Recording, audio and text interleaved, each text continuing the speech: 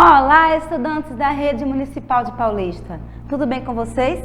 Preparados para mais uma aula? Eu sou a professora Aline Ingrid e hoje, no nosso componente de Ciências Humanas, vamos ter aula de História para as turmas do 4º e 5º ano. E hoje vamos aprender um pouco sobre as lendas brasileiras. Você já ouviu falar sobre alguma lenda? Você sabe contar alguma lenda? Sim? Não? De qualquer forma, hoje eu trouxe aqui para vocês várias lendas que é aqui do nosso país e que contam um pouco de histórias inspiradas em contos indígenas, em contos também que veio de fora do país. Mas antes disso, vamos ver nossos últimos desafios? Para a turma do 4º ano, eu havia colocado o desafio de assistir a um trecho do filme Guerra de Fogo. E naquele trecho, o que é que acontecia? Os primeiros habitantes do Brasil que estavam ali, né? Os homens, que alguns dizem homens das cavernas, mas que nem se usa esse termo mais, que são os da pré-história, que faziam parte, estavam tentando usar instrumentos para fazer o fogo. E aí, quando eles descobrem o fogo, eles ficam muito surpresos, porque para eles aquilo tudo era uma novidade. Imagina você viver numa época que não tem energia elétrica, que as pessoas precisam de usar pele de animais para poder se proteger do frio, que as pessoas vivem em cavernas porque ainda não tem materiais para construir casas. E tudo o que eles tinham que fazer era durante a luz do dia. Porque quando escurecia, tinha que correr para as cavernas para se proteger dos animais selvagens que viviam naquela época. E aí, quando eles começam a descobrir o fogo, eles passam a poder praticar mais atividades durante a noite, sair para caçar, se esquentar do frio e também utilizar o fogo para poder cozinhar seus alimentos, assar seus alimentos e se alimentar. Então, no trecho que eu pedi para vocês assistirem, mostra exatamente a surpresa, o espanto que eles fizeram quando descobriram o fogo. E para a turma do 5º ano, o último desafio foi pesquisar, ler e escutar o hino nacional brasileiro. O nosso hino traz um pouco da história do nosso país, traz um pouco de como é as nossas terras, nossos bosques têm mais vidas, pátria amada, enfim, tem tanta coisa boa, é um poema tão lindo que se você, no último desafio, não ouviu, quando acabar essa aula, dá uma pesquisada e para analisar o nosso hino nacional, a sua composição, sobre o que ele fala, o que é que ele traz, certo? Vamos para a nossa aula de hoje. E se na última aula você não cumpriu nenhum desses desafios, ainda está em tempo, tá? Dá para você dar uma pesquisada no nosso canal do YouTube e encontrar todas as nossas aulas salvas. Então vamos lá. Cultura popular brasileira. O Brasil é composto pela mistura de várias culturas que formaram a identidade nacional, oriundas principalmente das tradições portuguesas, indígenas e africanas. Olha essa imagem que eu trouxe para vocês. É o mapa do Brasil, mas formado com várias gravuras, né? Bandeira do Brasil, Cristo Redentor, temos aí baianas, escolas de samba, os animais. O nosso Brasil, ele tem animais que são daqui da nossa terra, alguns estão extintos, alguns existem, devem ser até mais preservados. A nossa fauna e a nossa flora, nossas árvores e nossas flores, também tem uma diversidade enorme. E isso não fica apenas nessa parte de animais e plantas, mas também da parte da cultura. Herdamos a cultura de 3 povos, então nós temos aí uma variedade enorme. E além disso, vários imigrantes vieram aqui para o Brasil. E quando eles vieram, também trouxeram um pouco da cultura. É como se fosse assim. Quando você vai visitar alguém, um amigo ou um primo seu, você geralmente ensina para essa pessoa alguma brincadeira, ou alguma gíria que você tem costume de falar. E aquela pessoa também te ensina algo, uma música, uma brincadeira, um jeito de falar. E isso é uma troca de cultura. Vocês estão trocando informações, trocando a cultura. E aqui no Brasil aconteceu exatamente isso. Os portugueses, quando vieram, trouxeram um modo de se vestir, um modo de falar. Os indígenas que já estavam aqui nos ensinaram um modo de viver, de preservar a natureza, de se alimentar bem, de tomar banho, gostar de brincar em rios, dormir em redes. E os africanos que foram tragos para cá também nos ensinaram muitas coisas, músicas, a questão de instrumentos, de enfeitar o corpo, de danças, de ter diversos deuses também, certo? E a nossa cultura temos aí brincadeiras que são tradicionais, brincadeiras que são bastante antigas, herdadas de geração para geração. A avó que brincava, que foi a mãe dela que ensinou, que aprendeu com a mãe dela, que ensinou para você e você hoje conhece várias brincadeiras. Temos as crenças, que são tudo aquilo que as pessoas acreditam, que acham que é certo, que acham que é errado. Temos as festas populares, Carnaval, São João, festas de reis, festa do boi bumbá. Temos as danças, samba, frevo, forró, cavalo marinho, coco, são muitas. E temos também as lendas, contos e mitos. Foi sobre esse tópico que eu resolvi falar aqui para vocês hoje. Hoje a gente vai conhecer um pouquinho das lendas brasileiras. As lendas fazem parte da cultura popular, por isso conhecê-las é uma forma de resgatar tradições e fortalecer nossa identidade. Se você tiver algum familiar ou algum vizinho que seja de idade avançada, você pode chegar para ele e perguntar: você conhece alguma lenda? E com certeza essa pessoa vai conhecer alguma história que possa contar para você e que você vai ficar surpreso de aprender. Observando aqui essa tela, algumas dessas lendas você já conhece, você já ouviu falar? Na nossa aula de hoje nós vamos conhecer um pouquinho sobre cada uma delas. Eu vou trazer um resumo para vocês, porque as lendas elas têm muitas histórias, muitas origens. Então vamos lá? Vamos começar com a lenda do Saci Pererê. Não se sabe ao certo de qual região do Brasil essa lenda surgiu, mas dizem que o Saci perdeu sua perna em uma luta de capoeira. E ele é um menino bem levado, bem travesso, que tem uma perna só e usa um gorro vermelho. Vive nas florestas, protege os animais, mas que gosta de pregar peças nas pessoas.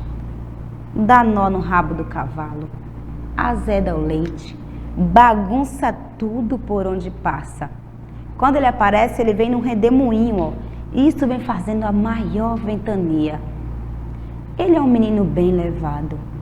E algumas pessoas até contam que, se você conseguir capturar o gorro do Saci, você pode mandar nele e conseguir realizar tudo o que você quiser. E algumas pessoas também contam que, para prender o Saci, precisa de uma peneira e de uma garrafa. Porque quando ele passar no redemoinho, você consegue prender ele na garrafa. Algumas pessoas dizem já ter visto um Saci. Outras têm certeza que isso é só uma lenda. Não se sabe, né? Você tem algum familiar seu que conhece essa história do Saci Pererê? Já ouviu falar antes? Algum dos seus familiares já viu um Saci pela mata? Eu não ia gostar de ver, eu ia sair correndo se aparecesse um Saci na minha frente. Agora temos a lenda do Curupira.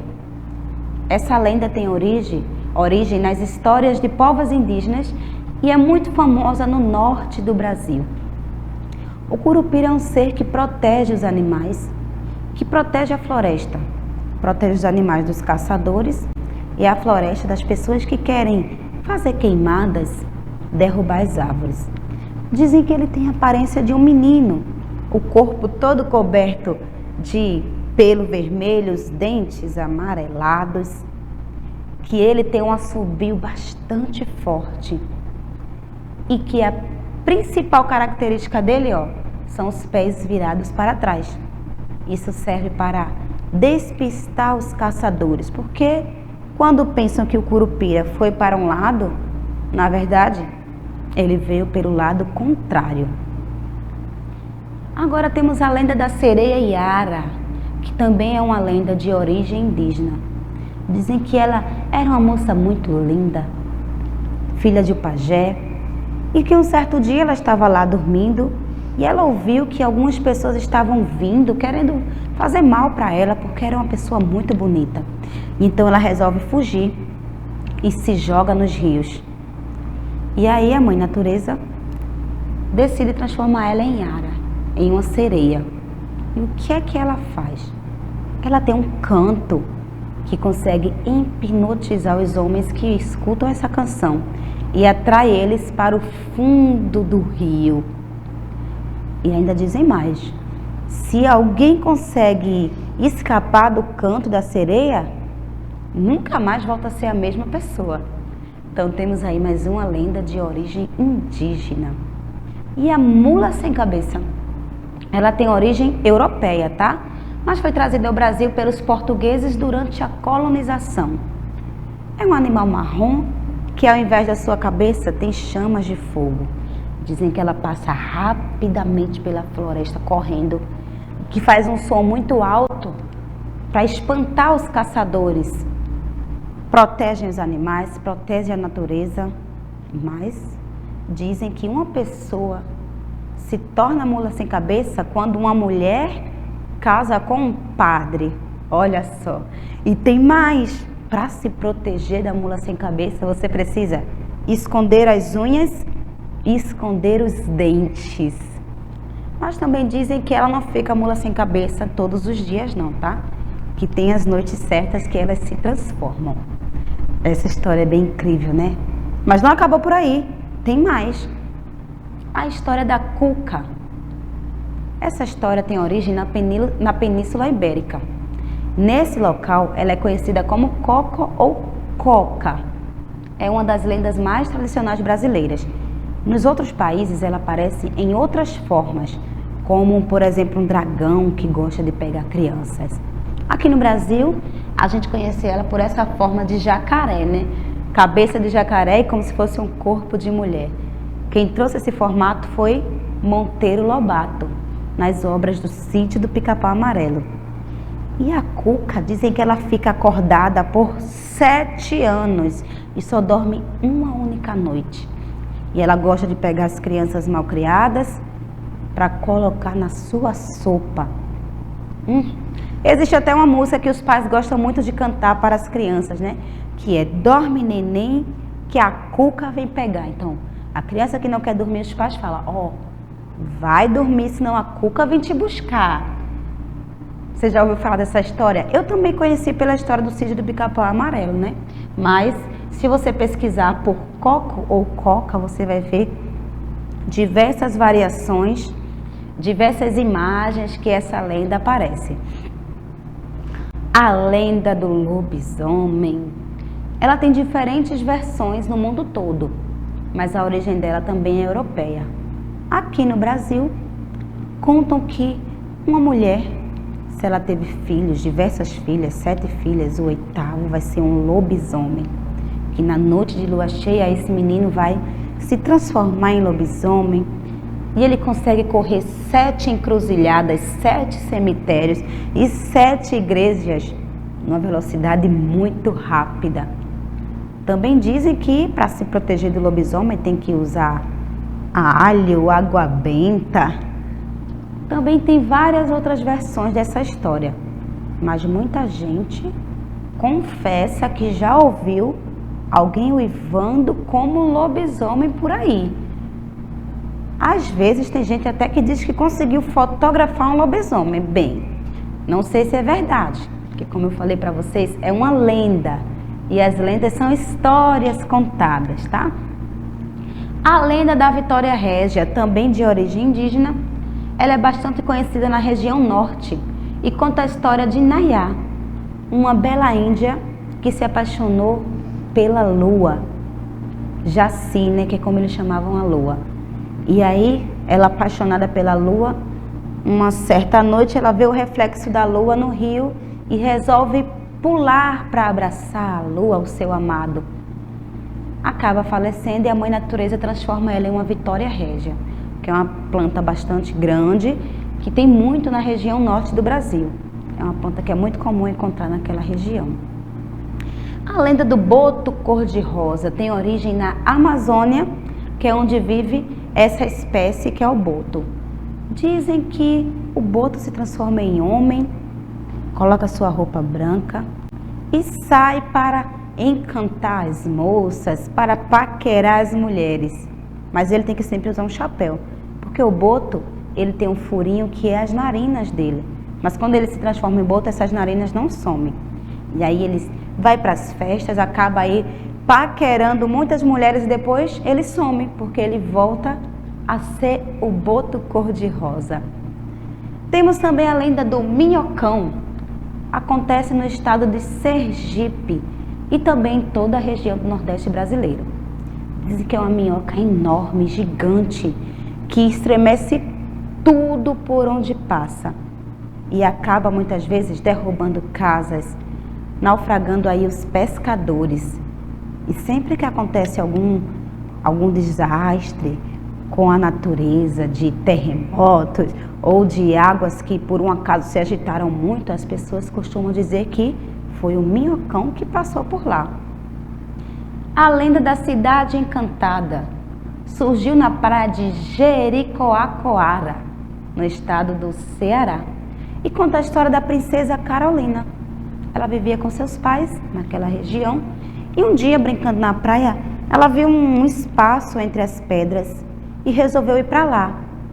E lá tinha uma bruxa horrível que acabou transformando essa menina em uma serpente. Depois de alguns anos, umas crianças estavam brincando nessa praia e ouviram um choro, um lamento.